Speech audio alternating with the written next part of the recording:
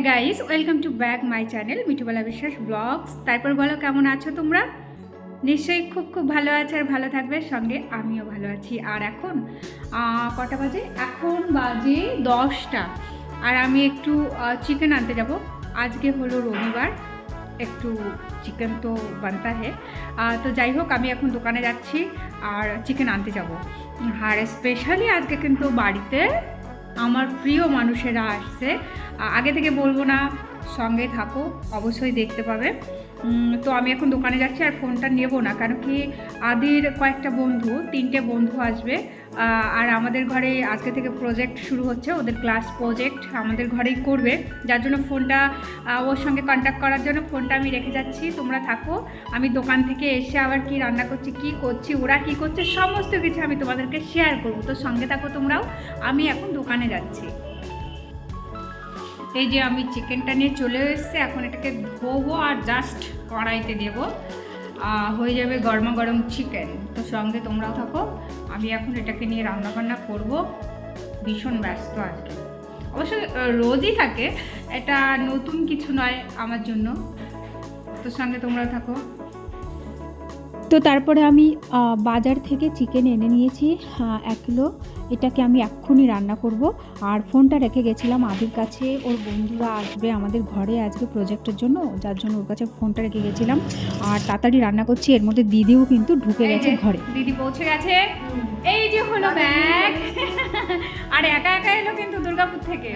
দুর্গাপুর এলাম বলো। হ্যাঁ, সকালবেলা ট্রেন ছিল, সম্ভবত ওটা 6:30 বলো। হ্যাঁ, 6:30 ট্রেন ছিল। হ্যাঁ, একদম পৌঁছে গেছে দিদি। চলো আমরা এখন চা খাবো, ফ্রেশ হবে দিদি, তারপরে বাদ বাকি সব। দিয়াকে আমি না কল করেছিলাম, বুঝলে, দিয়া দেরি করে আসবে। হ্যাঁ, তোলেনি, ফোনটা তোলেনি। যাই হোক, হচ্ছে এই যে আমি বলছিলাম আগে থেকে বলবো না, তোমাদের পরে বলবো। তো দিদি পৌঁছে গেছে, দিয়া এখনো পৌঁছায়নি। আসলে পরে আবার দেখা হবে তোমাদের সঙ্গে, সঙ্গে থাকো। এই যে হলো শান্তনুর মা, দিদি ভাই আর ছেলেগুলো সব ওপরে রয়েছে, আড্ডা হচ্ছে। আর এখানে আমাদের আড্ডা হচ্ছে। এই যে এখানে দিদি, এখানে আমি, এখানে শান্তনুর মা, ভীষণ আড্ডা হচ্ছে আমাদের। আরে তুমি বসো, তুমি দাঁড়িয়ে গেল। আর এদিকে আমার রান্না চলছে। এই যে আমার চিকেন চলছে, ভাত হচ্ছে, ডাল হয়ে গেছে, বাঁধাকপি ভাজা হয়ে গেছে, এইসব হয়ে গেছে। তো সঙ্গে তোমরাও থাকো। আচ্ছা, এখান থেকে শুরু করি। এটা হচ্ছে শান্তনু, আমিও চিনি, শান্তনুকে চিনি, আর আদিকে সবাই চেনে, আমার ইউটিউব ফ্যামিলি সবাই চেনে। শুভ্রাংশুকে আমি চিনতাম না, এটা হলো শুভ্রাংশু বলছি।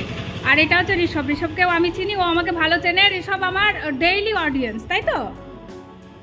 আর ওদেরকে এখন আমি একটু কফি দিয়েছি, খাচ্ছে ওরা। এই নে শুরু কর, ঠান্ডা হয়ে গেল তো। আর হচ্ছে শান্তনু এর আগে এসেছিস আমাদের ঘরে? আসিসনি বল, মা এসছে।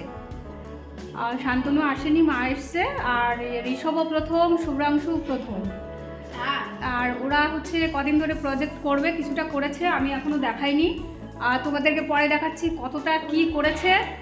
আর যদি ভালো না হয় সবগুলোরে আমি দেবো গাট্টা। হ্যাঁ, ঠিক আছে, আমি বলে রাখলাম। তো এরপরে আমার একদম রান্নাবান্না কমপ্লিট হয়ে গেছিলো, আর ওদেরকে খেতে দিয়ে দিয়েছি, কারণ প্রচুর খিদে পেয়ে গেছে। আর দিদি সেই সকালবেলা উঠে রওনা করেছিল, এখনও পর্যন্ত শুধু চাই খাওয়া হয়েছে। তো যার জন্য আমরা আবার ভাত খেতে বসে গেছি। আর সন্ধ্যাবেলা কিন্তু বার্থডের নিমন্ত্রণ রয়েছে, সেখানেও কিন্তু যেতে হবে আমাকে আর আদিকে। যাই হোক, আমি রান্নাবান্না কিন্তু সমস্ত বেশি বেশি করে রেখেছি। এর মধ্যে দিয়াও ঢুকে গেছে ঘরে। মায় লাগলো দিয়ার আসতে। ট্রেনে কি কোনো লেট ফেট ছিল?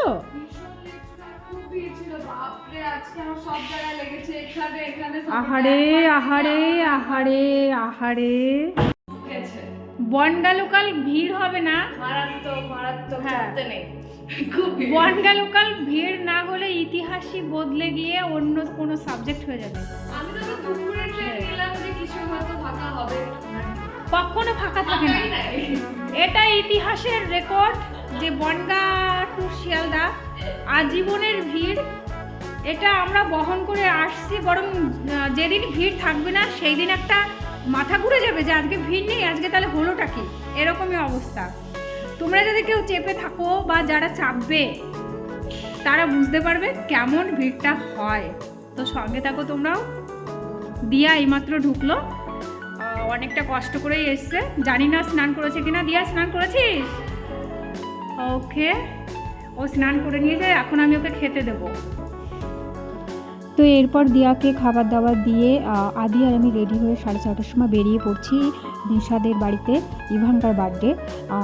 তো সবাই রেডি হয়ে গেছে, আমি টোটো চেপে যাচ্ছি। আর হচ্ছে গেট পড়ছিল, যার জন্য আমার একটু 5 মিনিট মতো লেট হয়ে গেছে। সবাই রেডি হয়ে গেছে, সবাই ওয়েট করছে আমাদের জন্য। মাঝখানে ঝুমাদি ফোন করেছিল কত দূরে, তো আমি বললাম টোটোতে চেপে যাচ্ছি, কিন্তু গেট পড়ে গেছিলো, যার জন্য একটু দেরি হয়েছে, তোমরা দাঁড়াও, আমি এক্ষুনি ঢুকে পড়বো। তো এটা বলতে বলতে কিন্তু আদির আমি চলেই এসেছি।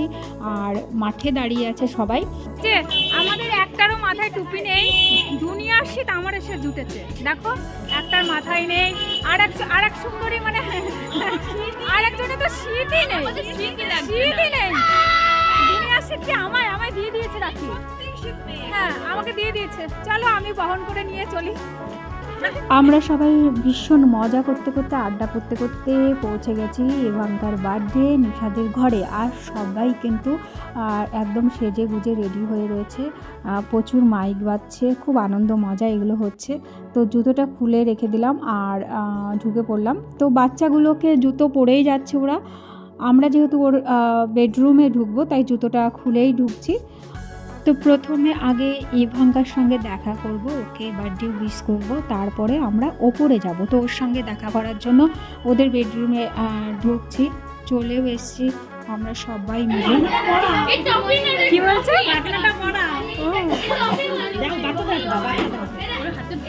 কই বার্থডে গার্ল, কই ও বার্থডে গার্ল,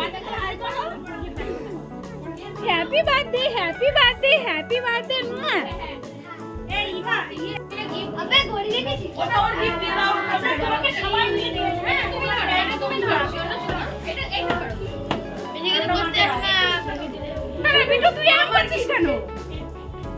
তুই বাড়ি যেয়ে টিভি চালাবি, তোকে দেখতে পাবি না। এটা হলো ছোটু, আমাদের ছোটু সোনা, আর এটা হচ্ছে আদি, এটা হচ্ছে দীপার্ঘ, আর এটা হচ্ছে সবচেয়ে বড় আমাদের মধ্যে। না না না, এটা হচ্ছে রঙ্গন, এর টিম লিডার। আর ওখানে হচ্ছে সায়ন, পরে নিচ্ছি, হাই করে দাও।